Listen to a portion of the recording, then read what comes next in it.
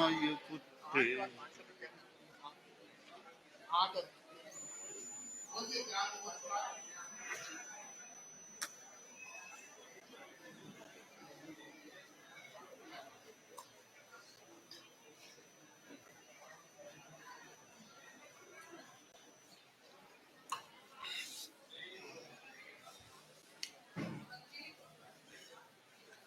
10वें आलियम आगम का ये 5वां अध्ययन है और उसमें जो 67वां श्लोक बताया गया है, 67वां 68वां इधर आगे की कि श्रवण के लिए दाता निश्चय ने फलक और पीढ़े को ऊंचा कर मचान स्तंभ और प्रासाद पर चढ़ भक्तपान लाए तो साधु उसे ग्रहण न करे। निसैनी आदि द्वारा चढ़ती हुई स्त्री गिर सकती है, हाथ पैर टूट सकते हैं, उसके गिरने से नीचे दबकर पृथ्वी के तथा पृथ्वी आश्रित और अन्य जीवों की विराधना हो सकती है। अतः ऐसे महादोषों को जानकर संयमी महर्षि माला परित दीक्षा नहीं लेते। मुनि अपक्व कंद मूल फल छिला हुआ पत्ती का साग घिया और अदरक न ले। इसी प्रकार सत्तू बेर का चूर्ण तिलपपड़ी गीला गुड़ राब पुआ इस तरह की दूसरी वस्तुएं भी जो बेचने के लिए दुकान में रखी हों परंतु न बिकी हों, रज से स्पृष्ट लिप्त हो गई हों, तो मुनि देती हुई स्त्री को प्रतिषेध करे। इस प्रकार की वस्तुएं मैं नहीं ले सकता। बहुत अस्थि वाले पुद्गल, बहुत कांटों वाले अनिमिष, आस्थिक, तेंदु और बेल के फल, गंडेरी और फली जिनमें खाने का भाग थोड़ा हो और डालना अधिक पड़े, देती हुई स्त्री को मुनि प्रतिषेध करे। इस प्रकार के फल आदि मैं नहीं ले सकता। इसी प्रकार उच्चावच और बुरा पानी या गुड़ के घड़े का धोवन, आटे का धोवन, चावल का धोवन, जो अधुना धौत तत्काल का धोवन हो, उसे मुनि न ले। अपनी मति या दर्शन से पूछकर या सुनकर जान ले यह धोवन चिरकाल का है और निसंकित हो जाए तो उसे जीव रहित और परिणत जानकर संयमी मुनि ले ले। यह जल मेरे लिए उपयोगी होगा या नहीं, ऐसा संदेह हो उसको उसे चख कर देने का निश्चय करे। दाता से कहे चखने के लिए थोड़ा सा जल मेरे हाथ में दो। बहुत खट्टा दुर्गंध युक्त और प्यास बुझाने में असमर्थ जल लेकर मैं क्या करूंगा। यह थोड़ा हाथ में लेने की बात है तो प्रश्न है, हाथ में छान कर लेगा या ऐसे ही लेगा? वो साधु हाथ में लेगा तो छानेगा, बिना छाना ही लेगा। टोपसी में तो मान लो छान ले, हाथ में तो कैसे छानेगा और क्या।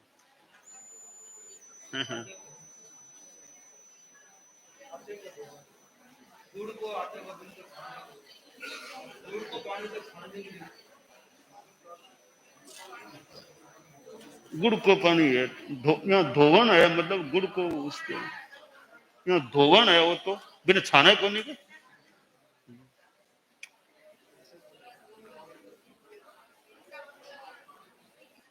यदि वह जल बहुत खट्टा दुर्गंध युक्त और प्यास बुझाने में असमर्थ हो तो देती हुई स्त्री को मुनि प्रतिषेध करे। इस प्रकार का जल मैं नहीं ले सकता। यदि वह पानी अनिच्छा या असावधानी से लिया गया हो तो उसे न स्वयं पिए और न दूसरे को दे, परंतु एकांत में जा अचित भूमि को देख यत्ना पूर्वक उसे परिस्थापित कर दे। परिस्थापित करने के पश्चात स्थान में आकर प्रतिक्रमण करे। गोचराग्र के लिए गया हुआ मुनि कदाचित आहार करना चाहे तो प्रासुक कोष्ठक या भित्ति मूल को देखकर उसके स्वामी की अनुज्ञा लेकर छाये हुए एवं समृद्ध स्थल में बैठे हस्तक से शरीर का प्रमार्जन कर मेधावी संयति वहां भोजन करे। वहां भोजन करते हुए मुनि के आहार में गुठली, कांटा, तिनका, काठ का टुकड़ा, कंकड़ या इसी प्रकार की कोई दूसरी वस्तु निकले तो उसे उठाकर न फेंके, मुंह से न थूके, किंतु हाथ में लेकर एकांत में चला जाए। एकांत में जा अचित भूमि को देख यत्ना पूर्वक उसे परिस्थापित करे। परिस्थापित करने के पश्चात स्थान में आकर प्रतिक्रमण करे। कदाचित भिक्षु शय्या उपाश्रय में आकर भोजन करना चाहे तो भिक्षा सहित वहां आकर स्थान की प्रतिलेख ना करे। उसके पश्चात विनय पूर्वक उपाश्रय में प्रवेश कर गुरु के समीप उपस्थित हो ईर्यापथि की सूत्र को पढ़कर प्रतिक्रमण कायोत्सर्ग करे। आने जाने में और भक्तपान लेने में लगे समस्त अतिचारों को यथाक्रम याद कर विदु प्रज्ञ अनुद्विग्न संयति व्याक्षेप रहित चित्त से गुरु के समीप आलोचना करे। जिस प्रकार से भिक्षा ली हो उसी प्रकार से गुरु को कहे। सम्यक प्रकार से आलोचना न हुई हो अथवा पहले पीछे की हो, आलोचना का क्रम भंग हुआ हो, उसका फिर प्रतिक्रमण करे। शरीर को स्थिर बना यह चिंतन करे। कितना आश्चर्य है, भगवान ने साधुओं के मोक्ष साधना के हेतुभूत संयमी शरीर की धारणा के लिए निर्वध्य वृत्ति का उपदेश किया है। इस चिंतनमय कायोत्सर्ग को नमस्कार मंत्र के द्वारा पूर्ण कर जिन संस्तव तीर्थंकर स्तुति करे, फिर स्वाध्याय की प्रस्थापना प्रारंभ करे, फिर क्षण भर विश्राम ले। विश्राम करता हुआ लाभार्थी मोक्षार्थी मुनि इस हितकर अर्थ का चिंतन करे।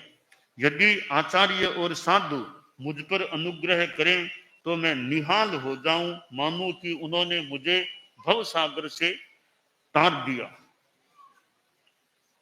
वह प्रेम पूर्वक साधुओं को यथाक्रम निमंत्रण दे। उन निमंत्रित साधुओं में से कोई साधु भोजन करना चाहे तो उनके साथ भोजन करे। तो संख्या कम है संतान की, थोड़ी संख्या कम लगे, थोड़ा नहीं आया बने सूचना मिलेगी, वाचन चाहिए। यहाँ देख लो कौन कौन यहाँ कौन।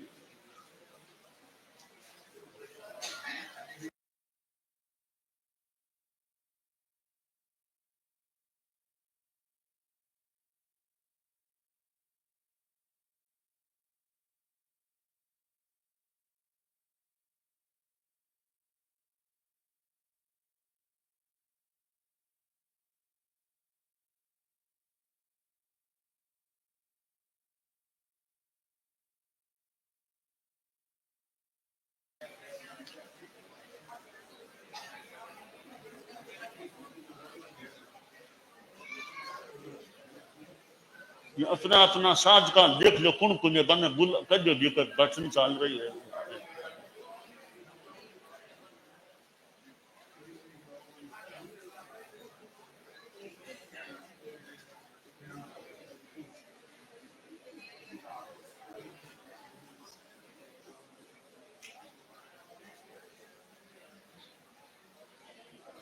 थोड़ा चक्कर काटो, थोड़ा चक्कर काट के आनिया जल्दी आवे आवे आ रही है।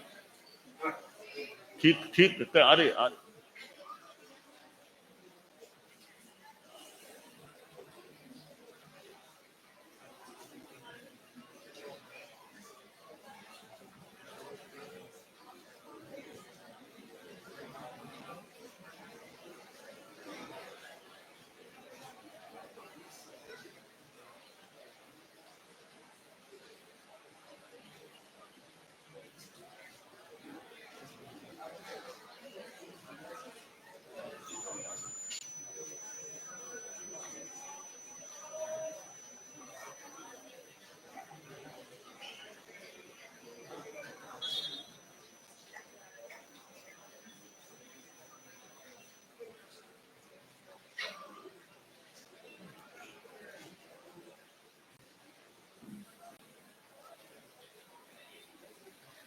यदि कोई साधु न चाहे तो अकेला ही खुले पात्र में यत्ना पूर्वक नीचे नहीं डालता हुआ भोजन करे।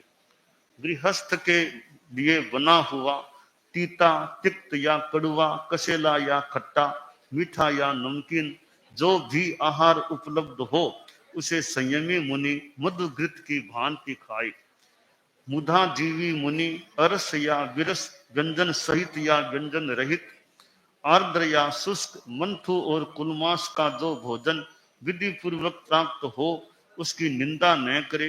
निर्दोष आहार अल्प या अरस होते हुए भी बहुत या सरस होता है, इसलिए उस मुदा, लब्ध और दोष वर्जित आहार को समभाव से खा ले। मुधा दाई दुर्लभ है और मुधा जीवी भी दुर्लभ है। मुधा दाई और मुधा जीवी दोनों सुगति को प्राप्त होते हैं, ऐसा मैं कहता हूँ। अब कितना हो गया, संख्या बढ़ गई, कितना हो गया, 32 है। अब हाल तो 14 14 14 में कई तो कोनी चार तो गए रहा, 36 हो गया। अब दे पारस दिए दे जिका 36 39, बाकी 7 और तो मैंने 6 मान लिया। ऋषभ तो नहीं, तो मैंने 5 मान लिया। गौरव पल्ली तो 4 मान लिया।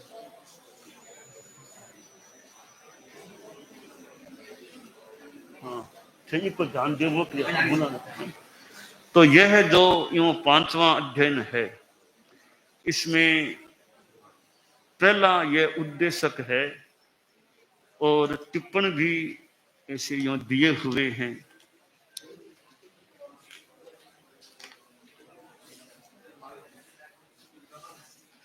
गोचरी की मानो कई छोटी छोटी यो बातें इसमें दी गई है। नमन सब जो आपने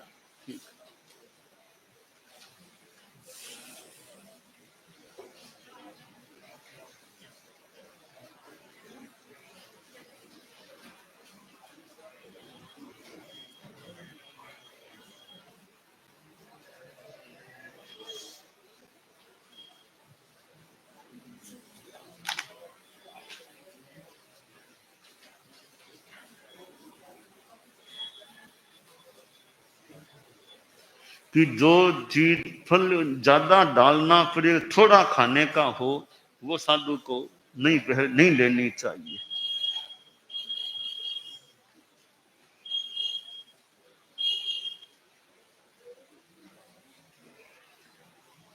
पानी के बारे में कि जो अनुकूल पानी न हो तो मनाही कर दे, ऐसा पानी मुझे नहीं लेना।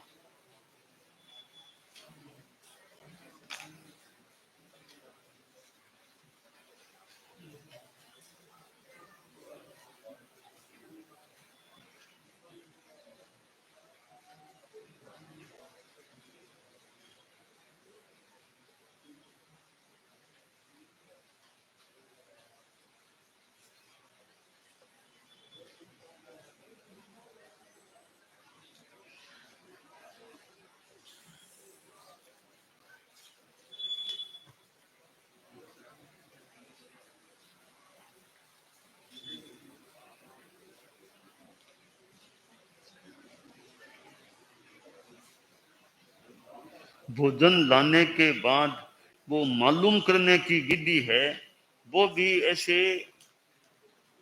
जो यहाँ बताया गया है।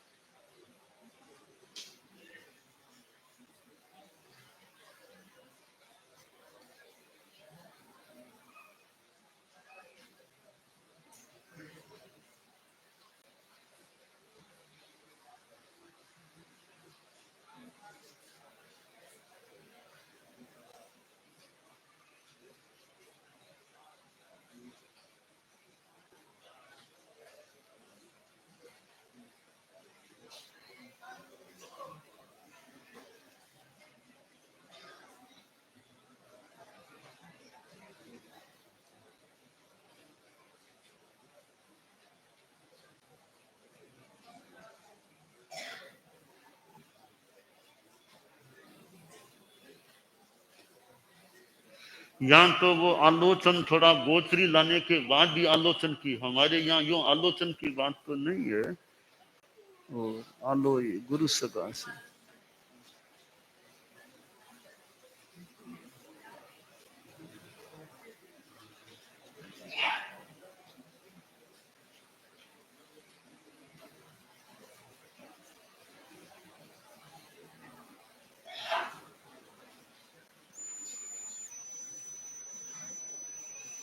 मतलब ला करके 24 सत्व करने की विधि वो आगम में भी है। वो जिन संथवम करना और वो करना, यानी 24 सत्व हमारी आगम की विधि है। ये 24 सत्व करना गोचरी आकर। व्यवहार कौशल की कितनी बढ़िया बात है कि जई में अनुग्रहं कुज्जा साहू हो जा में तारियो। ये व्यवहार भी लाए हैं तो थोड़ा धामो, आसपास वाले धाम दो भी लेना। मंडली में है वैसे आचार्य आदि साधु का धामो, इसमें लिए है कि जई में अनुग्रहं कुज्जा साहू हो जा में तारियो। प्रेम से साधुओं को निमंत्रण दे, प्रेम से कि लो कुछ लिराओ कुछ लिराओ। भोजन करना चाहें तो साथ में कर लो।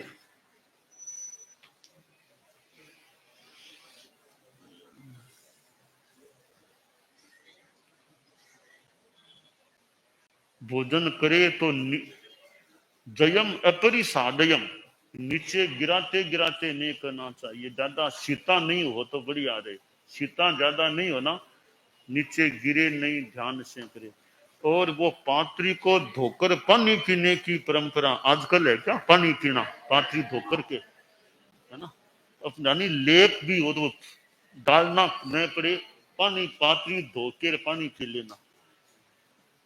કે એંઠો નહીં છોડનો, આપણે તો એંઠો કઈ પાત્રી કો જલ भी पी लेनो, विश्व कड़ी कड़ी असंयम और नहीं निक जा रही।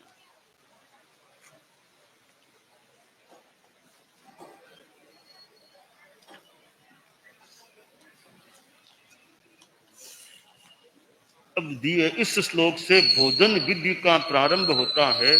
सामान्य विधि के अनुसार मुनि को गोचराग्र से वापस आ उपाश्रय में भोजन करना चाहिए, किंतु जो मुनि दूसरे गांव में भिक्षा लाने जाए और वह बालक बूढ़ा बुभुक्षित तपस्वी या प्यास से पीड़ित हो तो उपाश्रय में आने के पहले ही भोजन कलेवा कर सकता है। श्लोक 82 से 86 तक इसी आपवादिक विधि का वर्णन है। जिस गांव में वह भिक्षा के लिए जाए वहां साधु ठहरे हों तो उनके पास जाकर आहार करना चाहिए। यदि साधु न हो तो कोष्ठक अथवा भित्ति मूल आदि हो वहां जाना चाहिए। यदि उनका अधिकारी हो तो वहां ठहरने के लिए उनकी अनुमति लेनी चाहिए। आहार के लिए उपयुक्त स्थान वह होता है जो ऊपर से छाया हुआ और चारों ओर समृद्ध हो। वैसे स्थान में ऊपर से उड़ते हुए सूक्ष्म जीवों के गिरने की संभावना नहीं रहती। आहार करने से पहले हस्तक से समूचे शरीर का प्रमार्जन करना चाहिए। दो घरों का मध्यवर्ती भाग है वो भित्ति मूल है। भित्ति का एक देश अथवा भित्ति का पार्श्ववर्ती भाग और कुटीर या भींत किया है। स्वामी से अनुज्ञा प्राप्त करने की विधि इस प्रकार है। हे श्रावक, तुम्हें धर्म लाभ है, मैं मुहूर्त भर यहाँ विश्राम करना चाहता हूँ। मुनि यह कहे, किंतु यहाँ खाना पीना चाहता हूँ, यह न कहे, क्योंकि ऐसा कहने पर गृहस्थ कुतूहलवश वहां आने का प्रयत्न कर सकता है। अनुज्ञा देने की विधि इस प्रकार है। गृहस्थ नतमस्तक होकर कहता है, आप चाहते हैं वैसे विश्राम की अनुज्ञा देता हूं। छाये हुए एवं समृद्ध स्थल में अगस्त्य सिंह चूर्णियों टीका के अनुसार प्रतिच्छन्न स्थान का और समृद्ध मुनि का विशेषण है। मुनि का आहार स्थल प्रतिच्छन्न, ऊपर से छाया हुआ और समृद्ध पार्श्व भाग से आवृत होना चाहिए। इस दृष्टि से प्रतिच्छन्न और समृद्ध दोनों स्थान के विशेषण होने चाहिए। हस्तक, हस्तक मुख पोती का, मुख वस्त्रिका होता है। कुछ आधुनिक व्याख्याकार हस्तक का अर्थ पूंजनी, प्रमार्जनी करते हैं, किंतु यह साधारण नहीं लगता। ओग निर्युक्ति आदि प्राचीन ग्रंथों में मुख वस्त्रिका का उपयोग प्रमार्जनी बतलाया है। पात्र केसरिका का अर्थ होता है पात्र मुख वस्त्रिका, पत्र प्रमार्जन के काम आने, पात्र उसी प्रमार्जन के काम आने वाला वस्त्र खंड। हस्तक, मुख वस्त्रिका और मुखांतक ये तीनों पर्यायवाची शब्द हैं।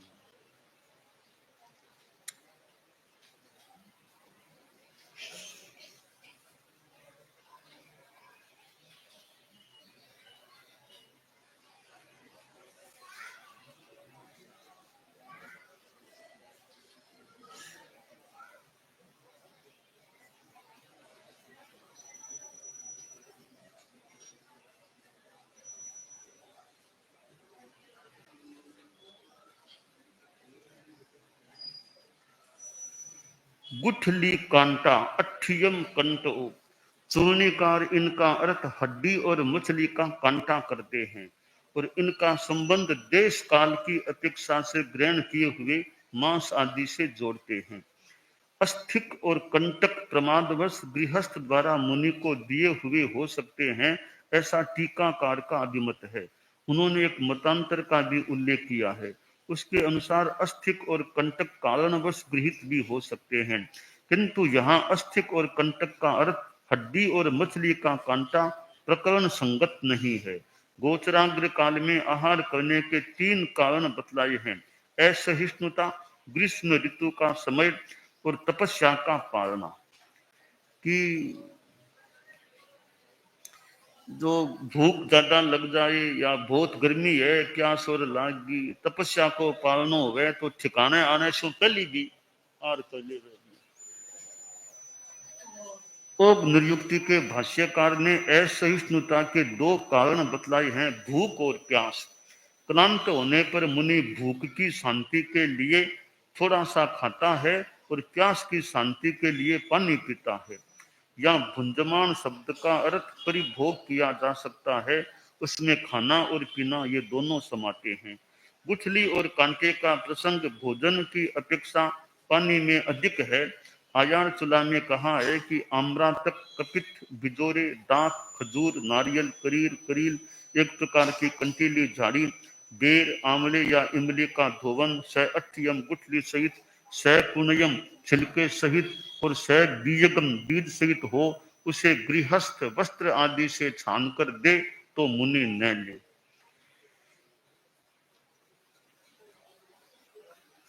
अब जो उपाश्रय में आहार करते हैं, तो यह तो मान लो थोड़ा आपवादी, कभी ठिकाने से पहले कुछ लेना पड़े विशेष स्थिति में, बाकी तो ठिकाने में आकर के जो उपाश्रय में आकर करें, तो वो कैसे करना चाहिए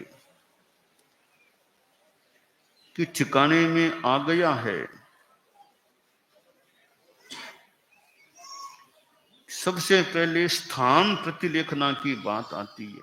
गृहस्थ के पास से भिक्षा लेने के बाद मुनि को उसका विशोधन करना चाहिए। उसमें जीव जंतु या कंटक आदि हो तो उन्हें निकाल कर अलग रख देना चाहिए। ओग निर्युक्तिकार ने भिक्षा विशुद्धि के 3 स्थान बतलाए हैं। शून्य गृह, वह न हो तो देवकुल, और वह न मिले तो उपाश्रय का द्वार। इसलिए आश्रय में प्रविष्ट होने से पहले स्थान प्रतिलेखना करनी चाहिए और प्रतिलेखित स्थान में आहार की विशुद्धि कर फिर उपाश्रय में प्रवेश करना चाहिए। प्रवेश विधि इस प्रकार है, पहले रजोहरण से पाद प्रमार्जन करे, उसके बाद 3 बार निस्सिहिया, निस्सही निस्सही बोले और गुरु के सामने आते ही हाथ जोड़ नमो खमा समनानम बोले। इस सारी विधि को विनय कहा गया है। उपाश्रय में प्रविष्ट होकर स्थान प्रतिलेखन कर भिक्षा की झोली को रख दे, फिर गुरु के समीप आ इरियापति की सूत्र पढ़े, फिर कायोत्सर्ग, शरीर को निश्चल बना भुजाओं को प्रलंबित कर खड़ा रहने की मुद्रा करने के लिए तस्वत्तरी करणेनम सूत्र पदे, फिर कायोत्सर्ग करे, उसमें अतिचारों की क्रमिक स्मृति करे, फिर लोकस्य उज्जोय गरे सूत्र का चिंतन करे। ओग निरुक्तिकार कायोत्सर्ग में केवल अतिचार चिंतन की विधि बतलाते हैं। जिनदास महत्तर अतिचार चिंतन के बाद लोकस्य सूत्र के चिंतन का निर्देश देते हैं। नमस्कार मंत्र के द्वारा कायोत्सर्ग को पूरा कर गुरु के पास आलोचना करे। चूर्णीकार और टीकाकार के अनुसार आलोचना करने वाला अव्याक्षिप्त चित्त होकर दूसरों से वार्तालाप न करता हुआ आलोचना करे। ओग निरुक्ति के अनुसार आचार्य व्याक्षिप्त न हो, धर्म कथा, आहार, निहार, दूसरे से बातचीत करने और विकथा में लगे हुए न हो, तब उनके पास आलोचना करनी चाहिए।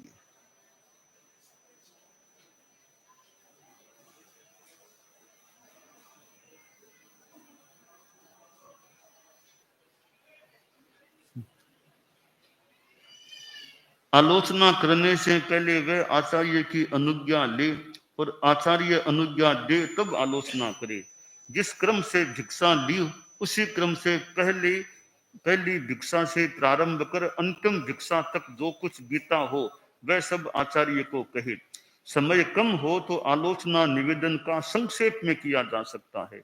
आलोचना आचार्य के पास की जानी चाहिए अथवा आचार्य सम्मत किसी दूसरे मुनि के पास भी वह की जा सकती है। आलोचना सरल और अनुद्विग्न भाव से करनी चाहिए। स्मृतिगत अतिचारों की आलोचना करने के बाद भी अज्ञात या विस्मृत पूरह कर्म, पश्चात कर्म आदि अतिचारों की विशुद्धि के लिए फिर प्रतिक्रमण करे। परिक्रमामि गोचरचर्याय सूत्र पढ़े, फिर व्युत्सृष्ट देह, प्रलंबित बाहु और स्थिर देह खड़ा होकर निर्वध्य वृत्ति और शरीर धारण के प्रयोजन का चिंतन करे। नमस्कार मंत्र पढ़कर कायोत्सर्ग को पूरा करे और जिन संस्तव लोकस्य सूत्र पढ़े। उसके बाद स्वाध्याय करे। एक मंडली में भोजन करने वाले मुनि एकत्रित न हो जाएं तब तक स्वाध्याय करे। ओग निरुक्ति के अनुसार 8 उच्छ्वास तक नमस्कार मंत्र का ध्यान करे अथवा जय में अनुग्रहम कुज्जा इत्यादि 2 श्लोकों का ध्यान करे।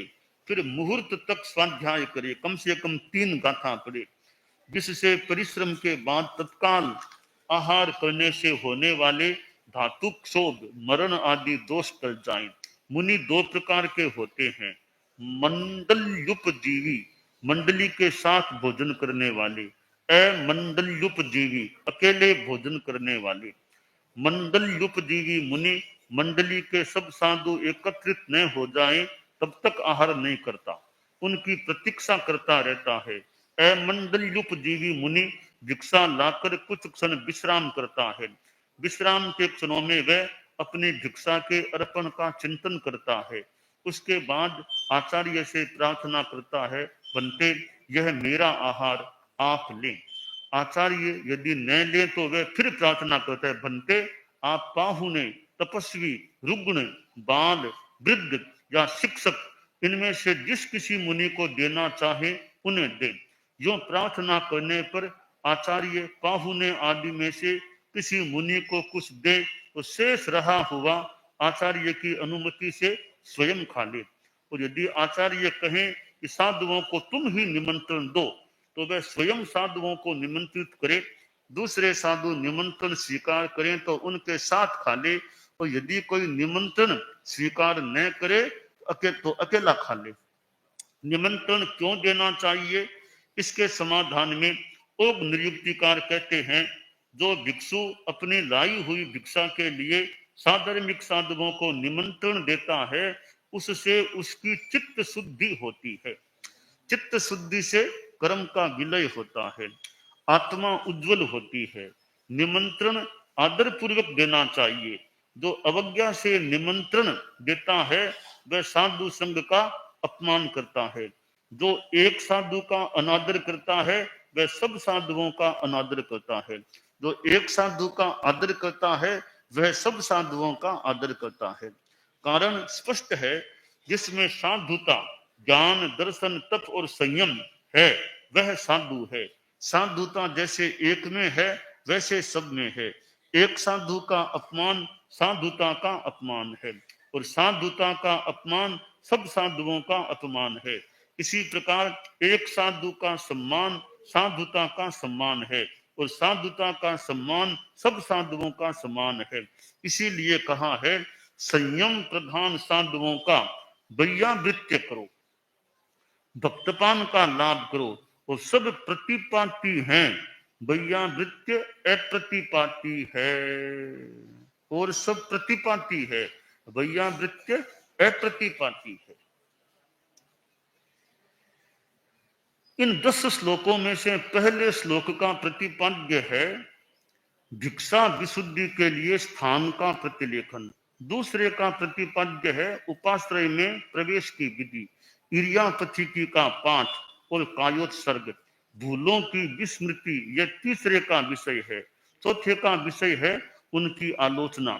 छोटी या विस्मृत भूलों की विशुद्धि के लिए पुनः प्रतिक्रमण, चिंतन और चिंतनीय विषय ये 5वें और 6ठे में है। कायोत्सर्ग पूरा करने की विधि और इसके बाद किए जाने वाले दिन संस्तव और स्वाध्याय का उल्लेख ये 7वें श्लोक के 3 चरणों में है। और स्वाध्याय के बाद भोजन करना यह वहां स्वयं गम्य है। चौथे चरण में एकाकी भोजन करने वाले मुनि के लिए विश्राम का निर्देश दिया गया है। शेष 3 श्लोकों में एकाकी भोजन करने वाले मुनि के विश्राम कालीन चिंतन, निमंत्रण और आहार करने के वस्तु विषय का प्रतिपादन हुआ है।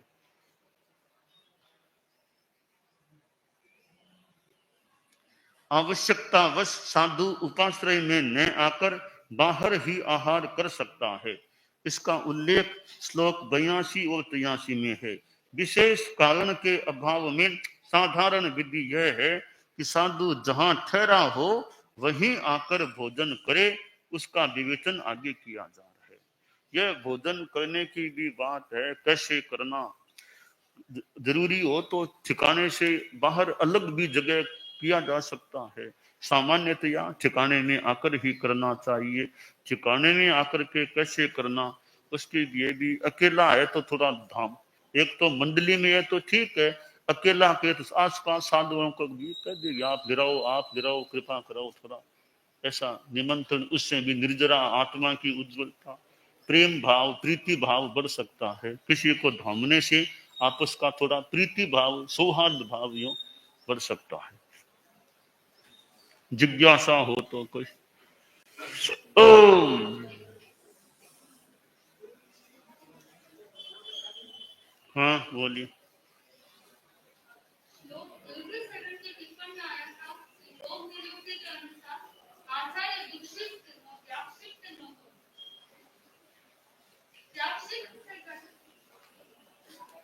अच्छा, पृष्ठ कौन सा है ये?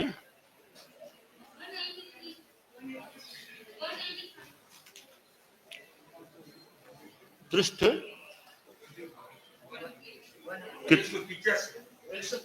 185। हाँ 185 में है।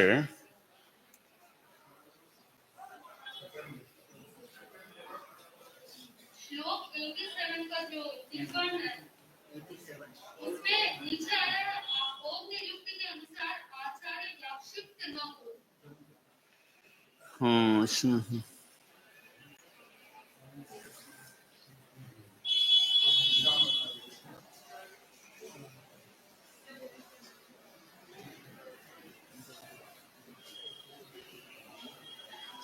व्याक्षिप्त न हो, आज यानी व्यस्त न हो। व्यस्त या मान लो व्यस्त न हो।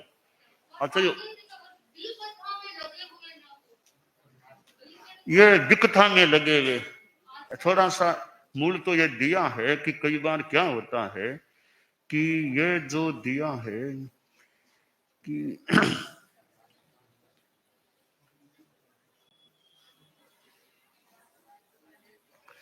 ये एक व्याक्षिप्त चित्त है। एक तो वो आलोचना करने वाले साधु के लिए एक दूसरा एक मत संभवतः यह रहा है योग नियुक्ति का कि आचार्य जक्षिप्त न हो। कि आचार्य जक्षिप्त कैसे है कि जैसे एक तो कि आचार्य कोई दूसरों से बातचीत में लगे हुए हैं, वो व्यस्त हो जाए, ध्यान उनका उधर है, किसी को धर्म कथा बता रहे हैं या पंचमी समिति को उनको जाना है, ऐसे कार्य से वो व्यस्त है, मुझे भी जाना है अंदर, तो ऐसे हो या कोई दूसरे से बातचीत में लगे हो।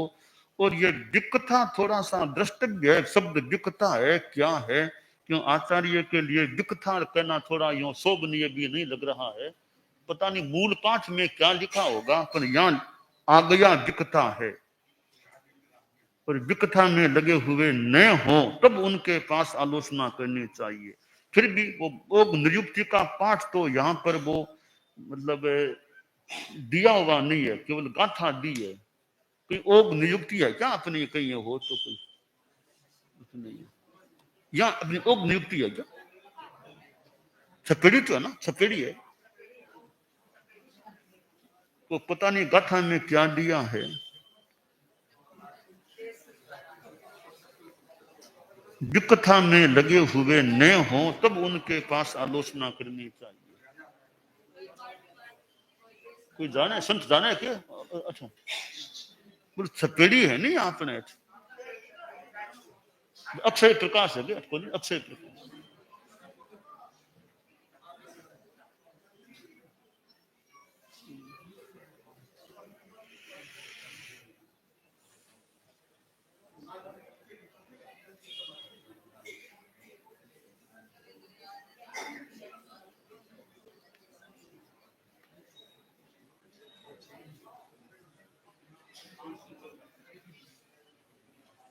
हाँ निकाल दोगे तुम, कथा निकालो। ओग नियुक्ति 514, क्या सत्या ने जानकारी उसी आने 514 गाथा है।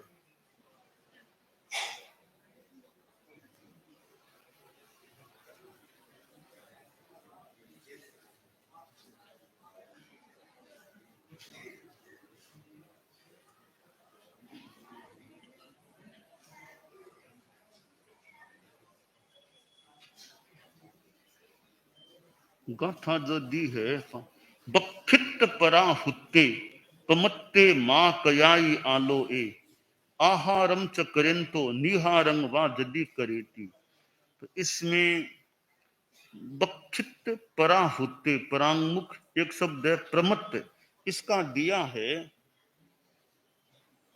अच्छा ओ विकथा में, इन्हें विकथा कौन दियो, इस इनमें विकथा नहीं दिया। ओ कोई ध्यान देवे नहीं है, 10वें आलियम को पुण कोई काम आ रहा पुण है, और विकथा इन कौन दिए दो ए ओ विकथा देनो थोड़ो तो फुट तो कौन लाग्यो, थे काम करो गयो 10वें। ओ विकथा एक महीना आयो ही कोनी, ओ कोई आ गयो इन कोनी आयो, इन दियो है।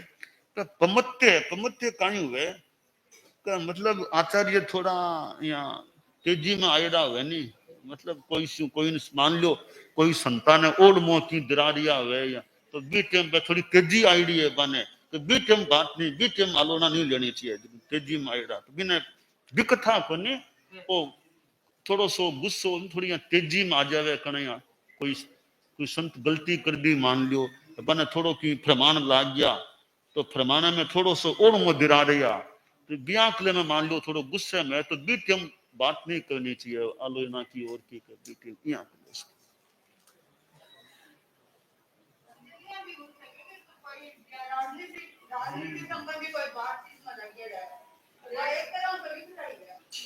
नहीं, इनमें इनमें विकता है ही को नहीं, इनमें है ही को नहीं। गाथा में गाथा दी है बखित परा हुत्ते पमत्ते मां करयाई आलो ए आहारम च करेंतो निहारंग वा जदी करेती। वे निहार में लागेड़ा वे बीटेम नहीं, आर करे बीटेम नहीं, और कोई व्याक्षिप्त हुए, परांगमुख हुए, प्रमत्त हुए, शब्द है पमत्ते, पमत्ते शब्द दिएड़ो है। अब पमत्ते के मायने यहाँ बतावे कोई यहाँ क्रोध आदि प्रमाद से आविष्ट हो कि कि वो मतलब कोई ने आपा को यहाँ अनुमान लगा लिया क्रोध मतलब थोड़ा यहाँ और मुद्रा रिया है कोई ने थोड़ा यहाँ फरमा रिया बीच में आकर यहाँ आलोचना और की बात यहाँ नहीं बीच में बैठे नहीं करना चाहिए तो विकथा शब्द में लखावे भी को नहीं पाठ में कथी वो थे कोई करे नहीं भाई जितेंद्र जी और कोई वो देख आप गाथा मूल गाथा देख रही यहाँ तो ठीक है ना वो तो हो गया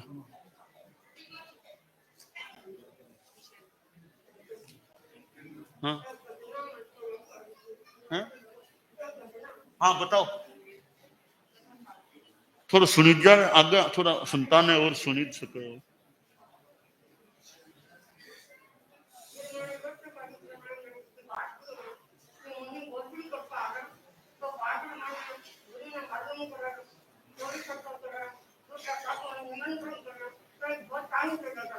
हाँ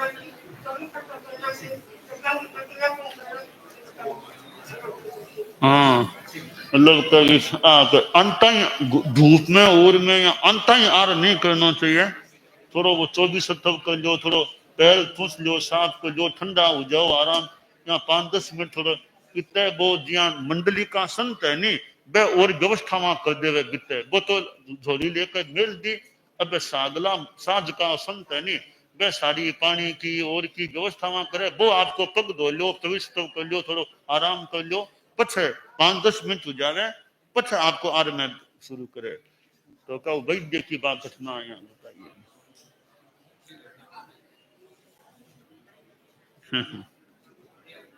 बोलिए जिज्ञास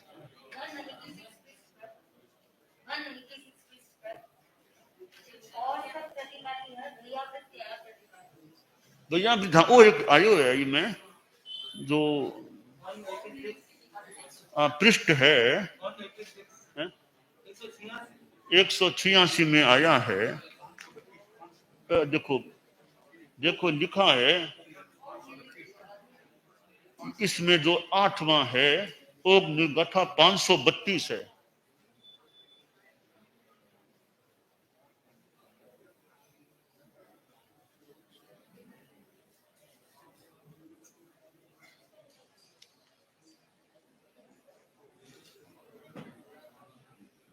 ओ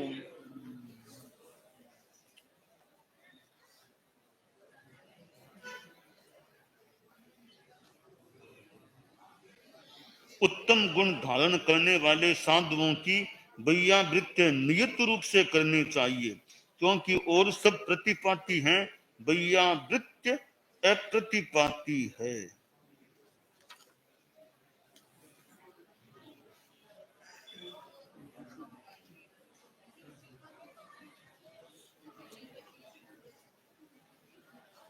इनमें लिखो है आगे दियो है आगे गाथावा में 19 दीक्षा से विमुख होने पर या मरने पर चारित्र चला जाता है। बिना गुणन यानी परावर्तन के बिना श्रुत चला जाता है, लेकिन वैयावृत्य से संचित किए हुए वो कर्म, शुभ में उदय आने वाले कर्म नष्ट नहीं होते हैं। दूसरों को लाभ से युक्त करते हुए यति के लाभांतराय कर्म, दूसरों को लाभ से युक्त करते हुए यति के लाभांतराय कर्म क्षीण होते हैं। पाद प्रक्षालन, मर्दन आदि सेवा कार्यों से दूसरों की चित्त समाधि करने वाला साधु स्वयं सर्व समाधि को प्राप्त करता है। ये वास्तव यानी कि वैयावृत्य को महत्व है कि ज्ञान है ना, एक बार सीख लियो, चितावनो नहीं करसा तो ज्ञान जा सके, विस्मृत हो जावे। और मान लो साधुपनो लियो है, एक दिन वो भी पूरो हो जिसी, मतलब साधुपनो निकल जिसी तो पूरो देवलोक उसी तो वो साधुपनो पूरो हो जिसी। किंतु वैयावृत्य जिको कर्यो है ना, कि वैयावृत्य शू जिको संचित करेला कर्म है,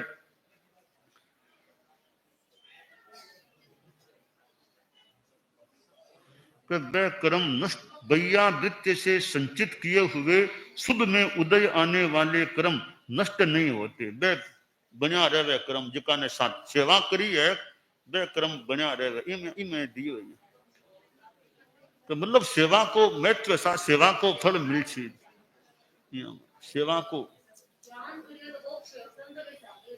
नहीं याद करे नहीं कोई चीज, वो नहीं चिता रहे तो भूल जावे, वो अलाभ नुकसान हो जावे। पर अब ज्ञान को तो करेड़ो नहीं चितारिया भूल जिसी, पर सेवा करी है नहीं बा भूली जो को नहीं, बात हमकी काम आसे कदे सेवा करी करशा नहीं, जो जिको लाभ हुयो है ना, तो वो ज्ञान तो भूली जावे कनाई, बा सेवा थारी जमीन एकदम रिकॉर्ड में रहसी थाकी सेवा, बीरो फल थाने मिल जिसी कदे, बा खाली को बीरो फल मिल जी।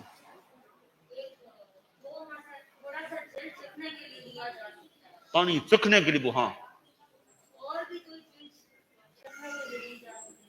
वो जैसे कोई अपेक्षा लगे कोई कभी, जैसे किसी मान लीजिए कोई ऐसी चीज है किसी रुग्ण के लिए और के लिए खुद के लिए चाहिए, सामान्य साधु के लिए मान लो, अब वो चीज काम की है या नहीं, बहुत ज्यादा कड़वी है तो थोड़ी सी उस रूप में कोई यथा विधि लेके चख ले भी हमारे काम की है या नहीं, वो देख ले। छोटी छोटी चीज होती है ना, कई कई खराब सी होती है कि मुंह में लेते ही इतना अच्छा नहीं लगता, तो ये तरल लिक्विड चीज होती है ऐसी, कई थोड़ी खराब हो ना, यहाँ तक दूध भी होता है ना कभी कभी इतना अनुकूल नहीं, तो थोड़ा सा देख ले कि नहीं काम का है, तब यह गोच में दूध नहीं लेना, थोड़ा सा लेके चख लिया काम का नहीं है, यह दूध हमें नहीं चाहिए ना, कि जैसा अवसर लगे वैसे।